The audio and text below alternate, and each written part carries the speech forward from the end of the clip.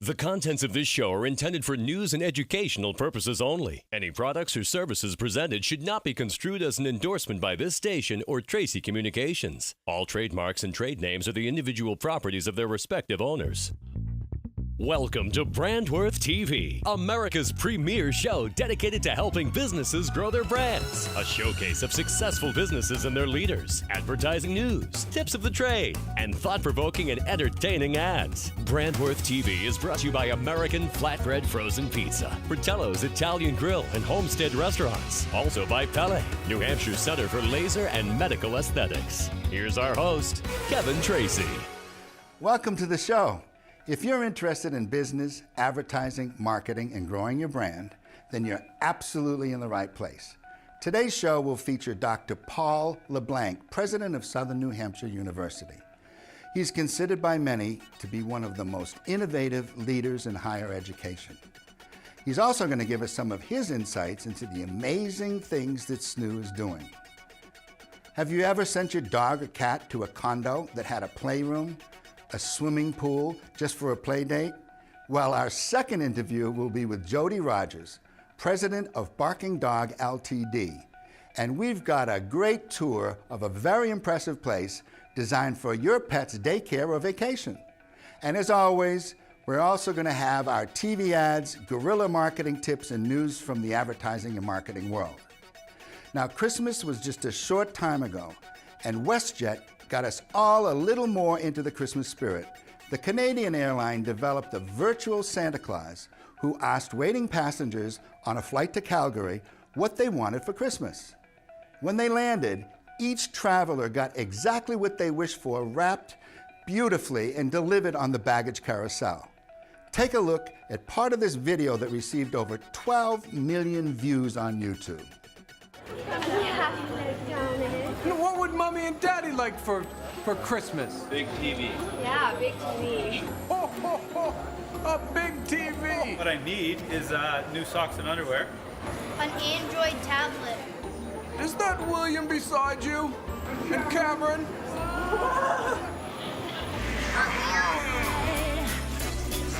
Lights out bright, I know it's a beautiful sight.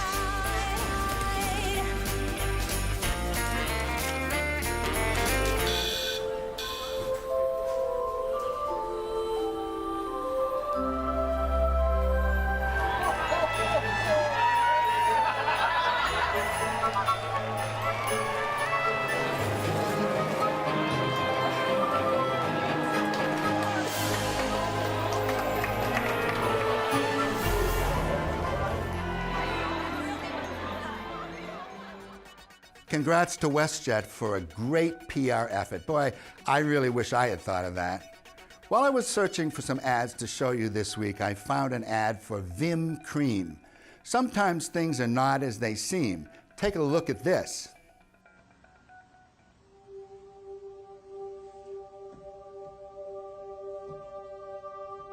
When are you gonna get out of here? In a while. I gotta get back. I love you, Mama. I love you too, baby.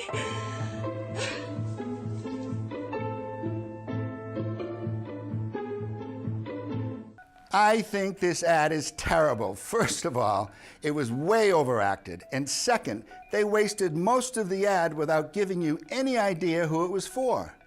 I believe if you only have 30 seconds, show the product, and make sure that no one forgets it after seeing the ad. Now here's a beautiful and touching ad that ran in the 2013 Super Bowl for Budweiser. It was called Name the Clydesdales. This should touch your heart.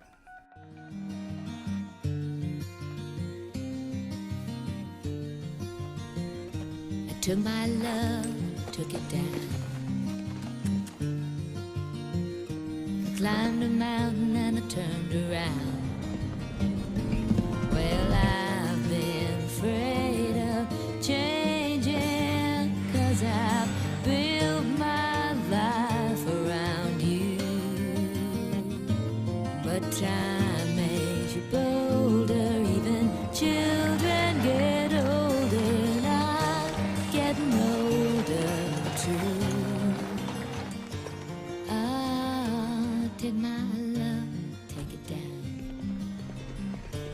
And if you see my reflection in the snow-covered hills, well, a landslide will bring it down. Bud's huge budgets allow their production company to do amazing work. We'll be right back with Dr. Paula Blank right after these messages. So relaxing, so inviting, just like home, but more exciting. Where you wanna go? Where you wanna go? The Homestead Restaurant, where you wanna go? Welcome to Homestead Restaurant. Enjoy fabulous food, cocktails, and fireside dining in a truly authentic country home setting. Happy hour Monday through Thursday, 4 to 6. The Homestead Restaurant, where you wanna go? Welcome back. We're here with Dr. Paul LeBlanc, who's the president of Southern New Hampshire University, and he's recognized as one of the leaders in higher education today. Welcome to the show. Thank you, Kevin. It's a pleasure to be with you. How are you doing today? I'm great. I understand you've been traveling all over the world. I've been traveling a lot. We've been doing a lot of work that's gotten a lot of attention. So from meetings in D.C. to across the country, and most recently in Copenhagen. So yes, a lot of telling our story. You came to Southern New Hampshire University in June of 2003. That's right, 10 years ago. And since then, the university has doubled in size. Tripled. Tripled in size.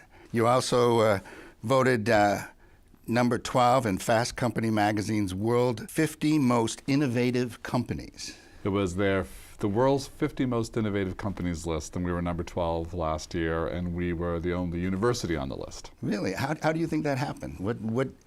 What makes them recognize your innovation? Well, in fairness, I'm not sure that higher education has a reputation for being particularly innovative. You know, if you take a look at the old cathedral schools of medieval Europe, a lot of those classrooms would not look so dissimilar to what you see in a lot of campuses today.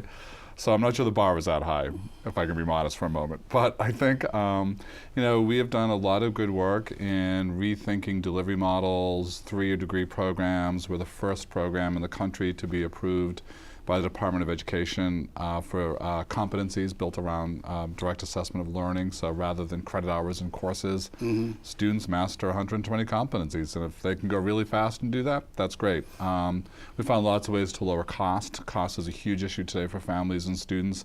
So I think it's that mix of sort of, I think they said we relentlessly reinvent. And I like to think that's a great phrase for how we think about things. I think it's interesting when you just talk about competencies and being able to measure the success by your achievement and not necessarily how many hours. Right. I always thought that's the way education should go. Is that something that you brought to the university, or is that something that was already here? So we actually designed a 3-year degree program 15 years ago, before people were talking about this. And those were built around sort of using competencies to accelerate learning. So a 3-year undergraduate degree was a big deal. And now that's kind of become a hot topic. The breakthrough with our more recent program is that while the older program was still tied to courses, the new program isn't even tied to courses and credit hours. No one takes a course in this model. They have 120 competencies, and they have to show their mastery. And if they can do that on day one, check that box and move on. Is that the College for America program that you're talking about? It is. There's a modestly named College for America program. I met someone who was telling me about it, and they were saying that this is giving such great opportunity to people who would never have this opportunity. Right. And there's a lot of corporations that are buying into this. Right, so there are very large employers who are partnering with us now. And we target the bottom 10% of the wage earners in those large organizations. We're really geared to people who are working adults, juggling family, juggling work, trying to get an education in, not a lot of resources, so price is a big deal for them, and they know things. The idea of sitting in a college classroom for 16 weeks when they already know math doesn't make sense to them. So we give them the opportunity to demonstrate what they already know and accelerate to a degree faster. How do you market that program?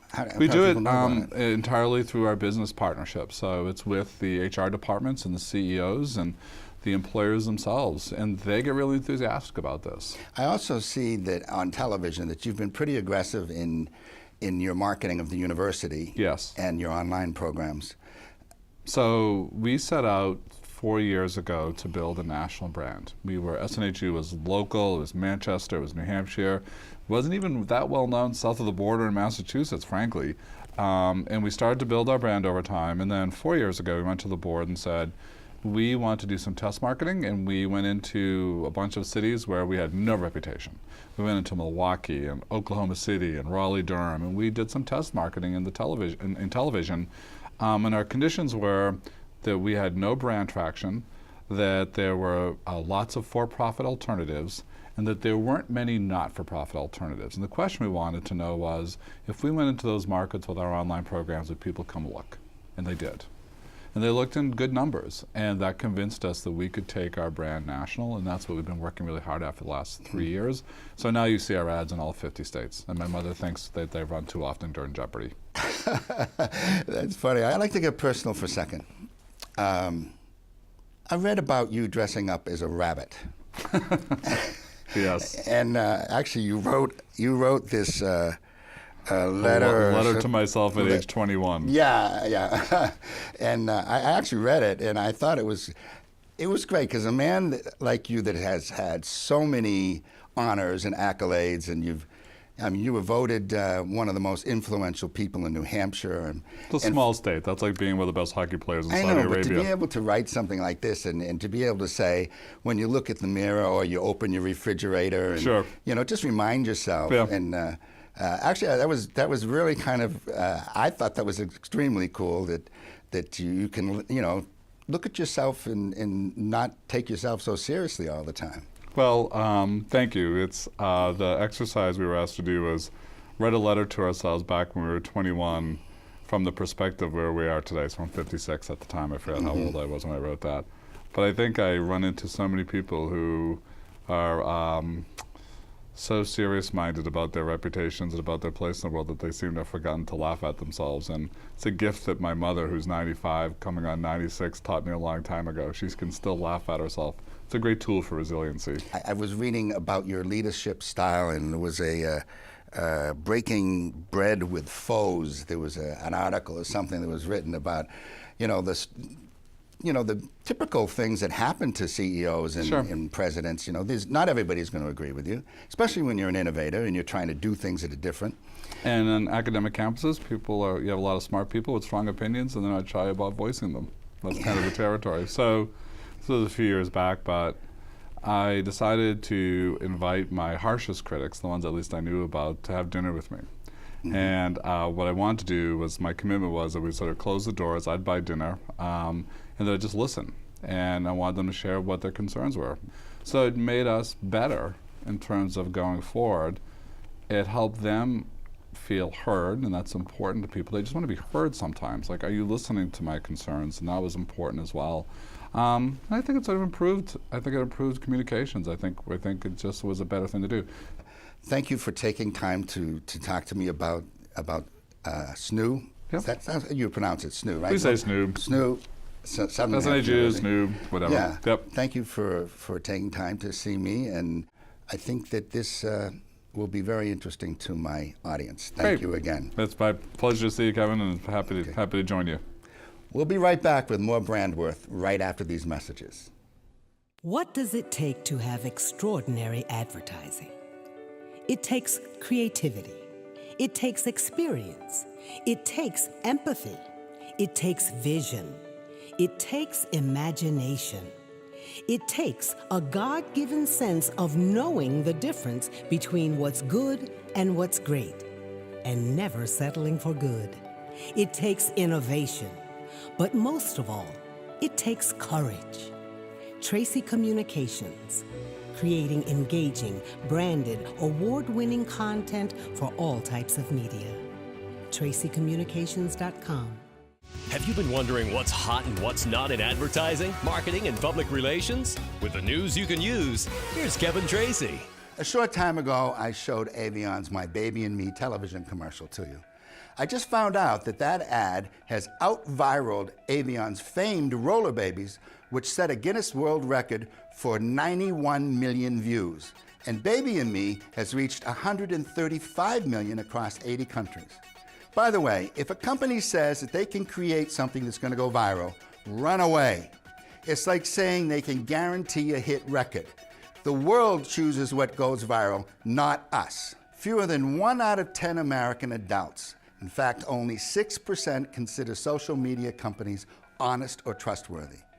According to MediaPost.com, the poll went on to say that only 7% of Americans trust healthcare insurance companies, with oil companies at 4% and tobacco companies at 3%.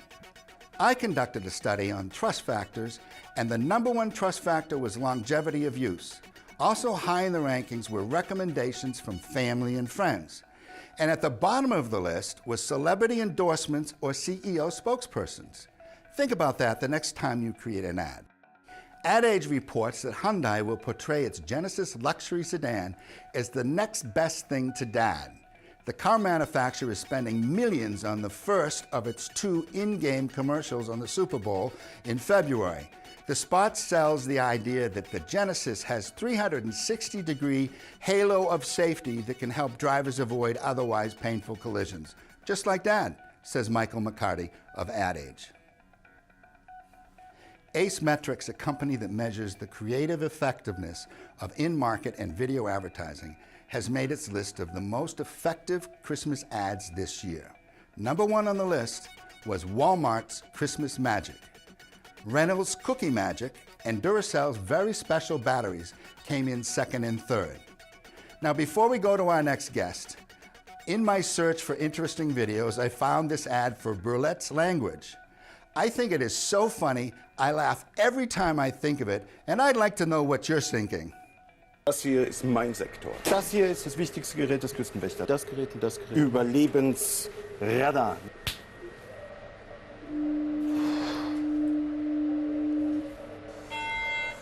Mayday, mayday. Hello, can you hear us? Can you hear us? Can you... Over. We are sinking. We are sinking. Hello? This is the German Coast Guard. We are sinking. We're sinking. What are you thinking about?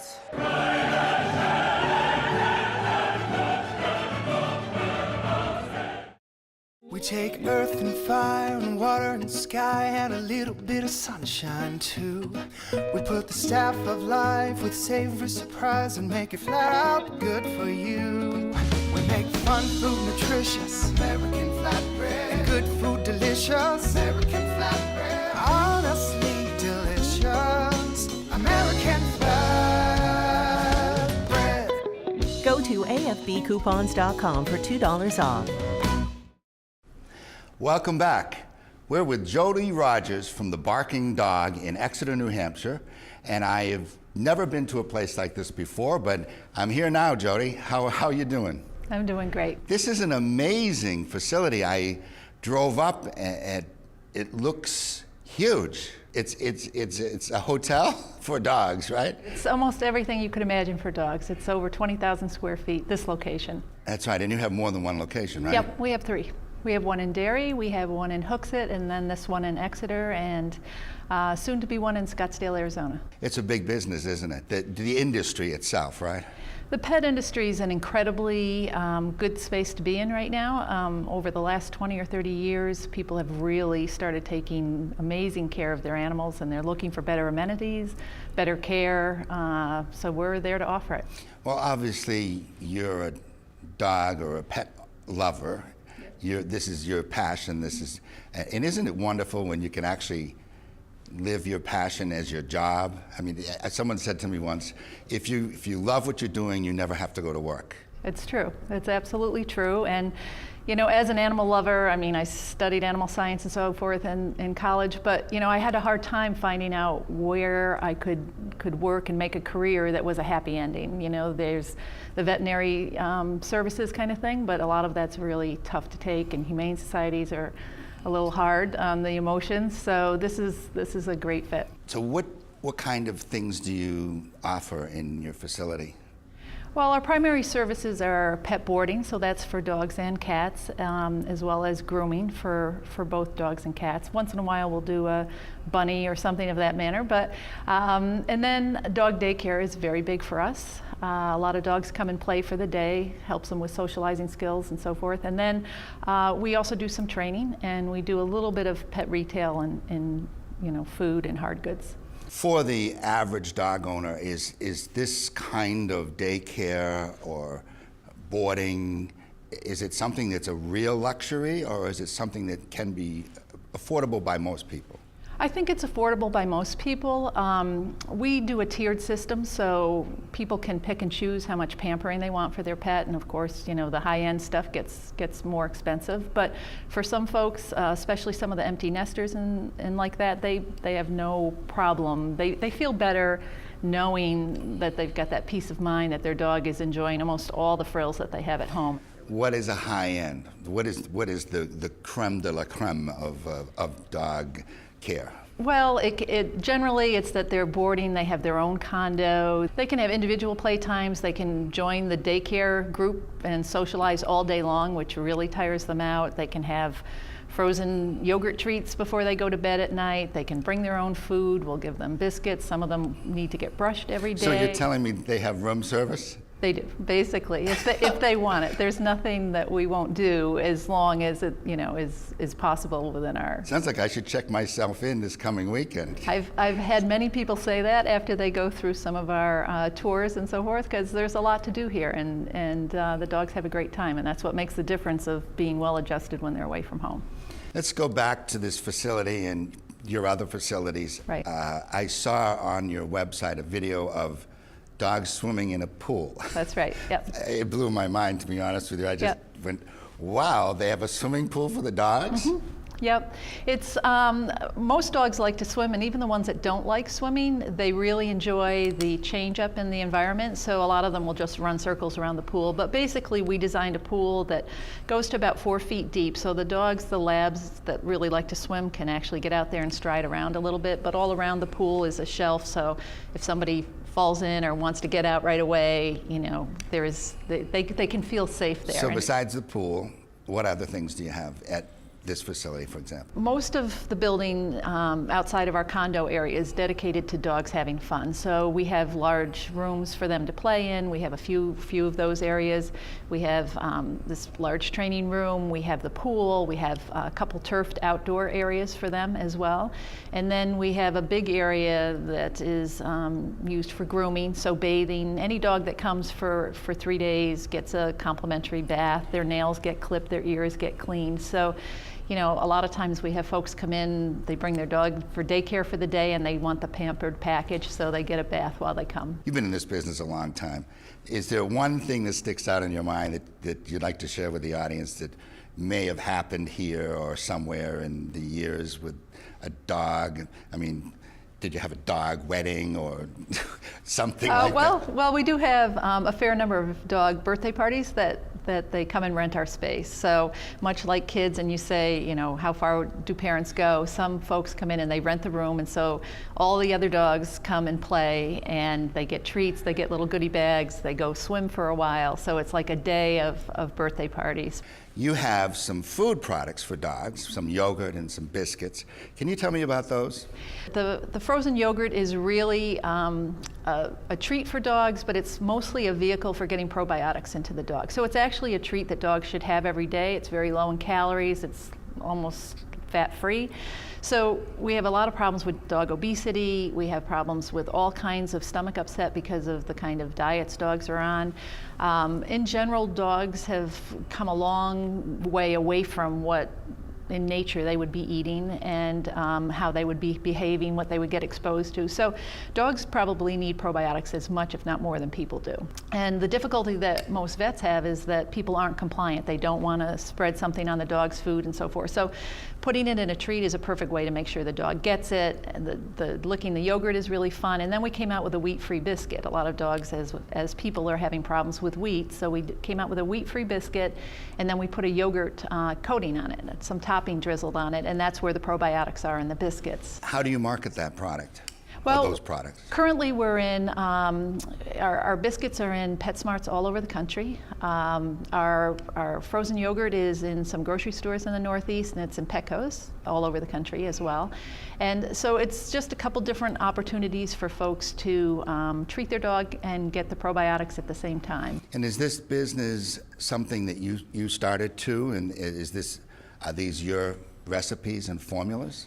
Yeah, they are. I actually worked with a local fellow who was doing frozen yogurt to come up with that recipe, and the intention was never to go like into retail, pet consumables and manufacturing, but what we found is we started offering it to our clients here, and the dogs did incredibly well on it. We had a lot less things like diarrhea and stuff when the dogs got stressed, so it was helping us business-wise.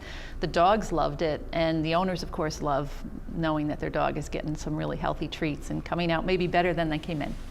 Sounds like a great idea. Jody, thank you for being with me today. Thank you, Kevin. Now I'm going to go check into my condo. Okay. We'll be right back right after these messages.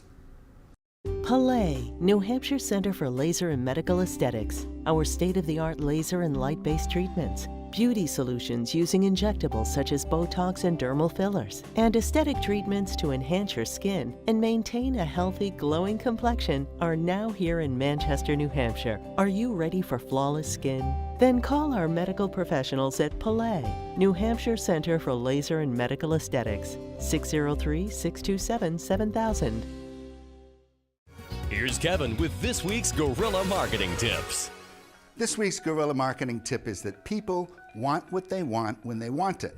Simply put, they don't want to wait. A recent survey of women showed that their biggest challenge is time. Women were asked what is the largest contributor to their stress. They answered, lack of time. Both women and men are finding time management to be challenging. So when dealing with customers and prospects, focus on speed and prompt service by doing things such as granting requests as soon as possible, respond to emails within 24 hours, and make sure that you don't keep your customers waiting in line. It makes them feel less important. We'll be right back right after these messages. At Hampstead Hospital, we are committed to providing our patients and families effective treatment in a caring environment. Our highly skilled and experienced staff assesses patients' unique treatment needs. We are dedicated to listening to patients and their families. Our programs include child, adolescent, and adult psychiatric services, drug and alcohol treatment, and programs for developmental disorders. Learn more by visiting hampsteadhospital.com. And now back to our host, Kevin Tracy. That does it for this week's Brandworth. We hope that you found something in today's show that'll help you build your brand. Having you involved is important to us, so if you have an idea, a guest, a topic, a comment, or some great ad that you want us to share, please let us know by visiting our website, brandworth.tv. Tweet us at BrandworthTV or visit us on Facebook. I'm Kevin Tracy, and thanks for watching. I hope you're having as much fun as I am, and I'll see you next Sunday.